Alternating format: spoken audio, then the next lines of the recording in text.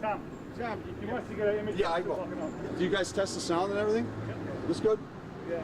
Good. Thank you. No, I don't want to know. I'll be the next person in charge. Recognize me for doing something.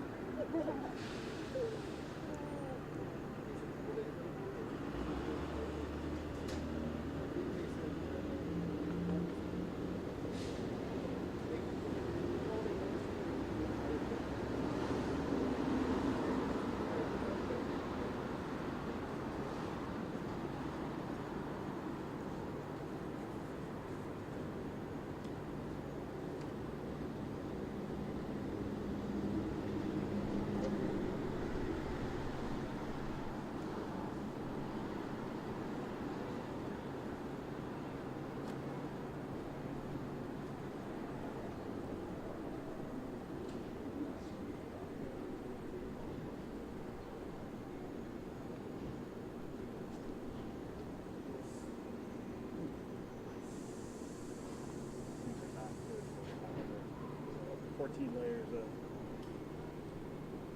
but I don't look like the compass masses or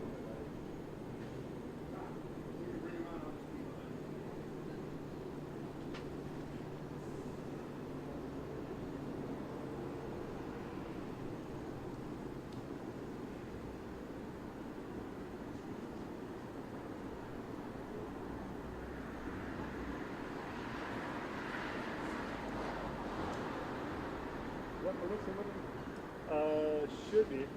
Yes, yeah. Can't see. Yes, you did. I know it's good. Am I going to be out of your shot if I like record Oh, no, like you're this? good.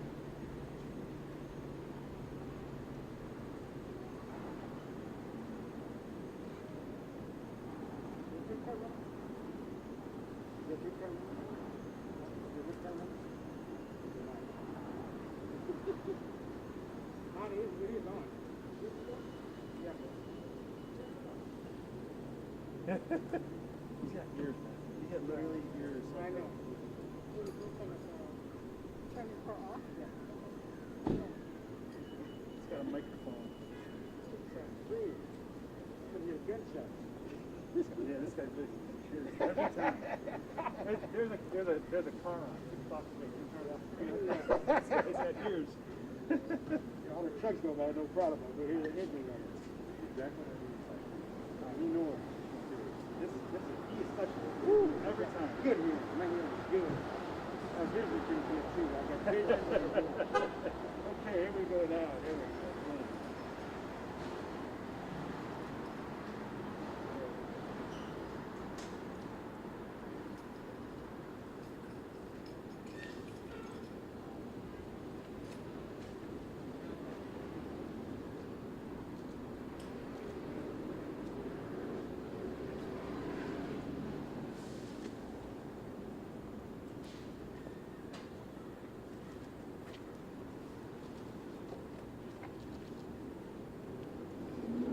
Let me know when you're ready, cameraman.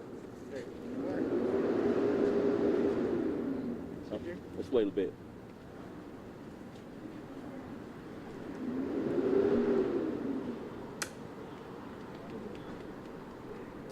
That's it? Yeah, we're ready. Good morning. In about an hour and a half, about 12 blocks from here, protesters are scheduled to begin marching down the Dan Ryan and through the city at Grant Park. The men and women of the Chicago Police Department will do everything we can to protect the safety and First Amendment rights of peaceful protesters. The right to peacefully protest is at the core of our democracy. But what happened last week downtown and on the west side had nothing to do with protest or peace. It was criminal behavior, and it will not be tolerated in the city of Chicago. As I said yesterday, if you are breaking windows, going in and out of stores through broken windows, or looting merchandise from a store, Chicago Police Department will arrest you. If you get away from us, we will work with the community and with our state and federal partners to identify you and arrest you.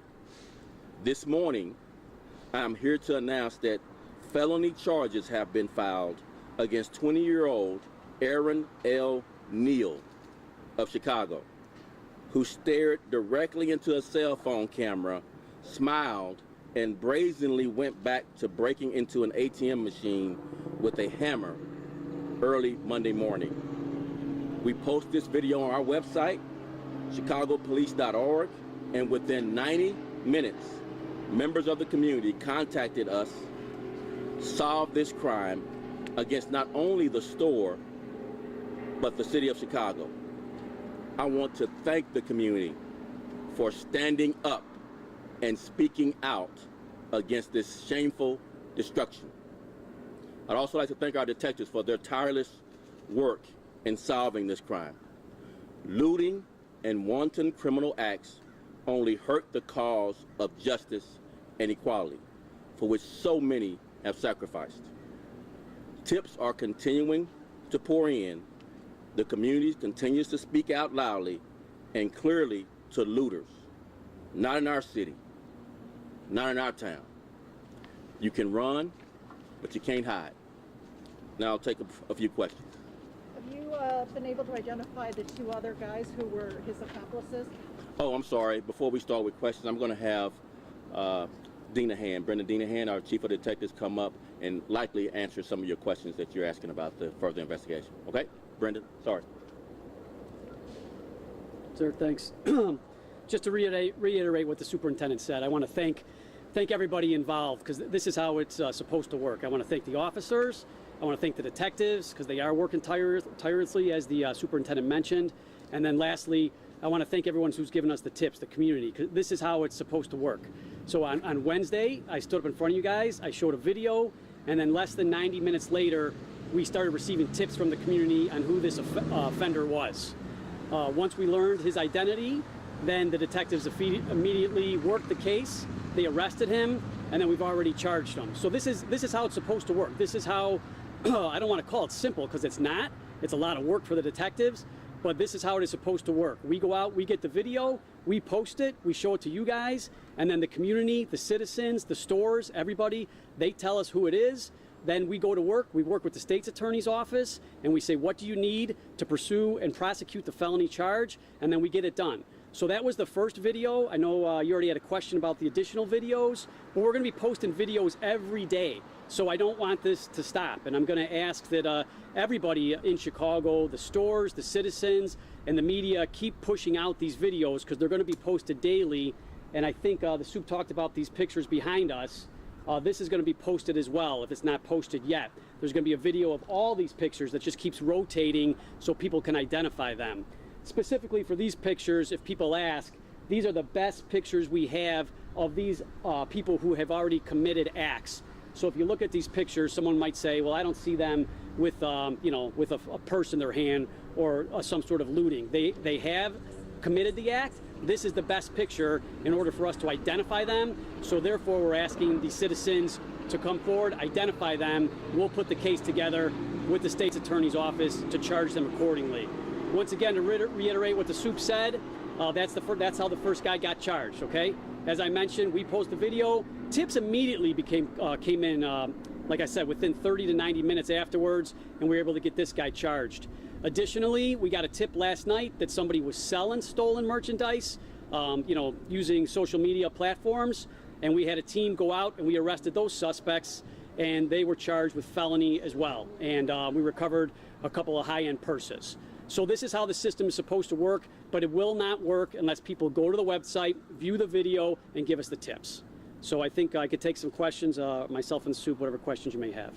Any luck finding the other two guys who were working with him on the ATM? Not yet. We're still working on that. We're still working on identifying them, but not yet.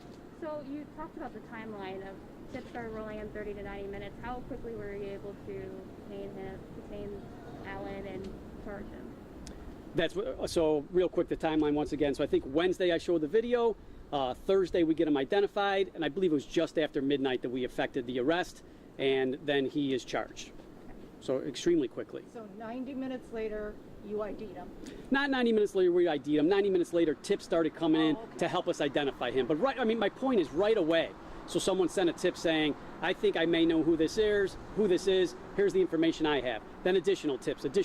And like I said, I'm making it a little bit simple. The detectives actually have to go to work, gather all that information that people are giving us, and then make the identification. Sometimes someone may say, I think he's on Facebook. I think this may be his Facebook name. We still got to go do the work and find him.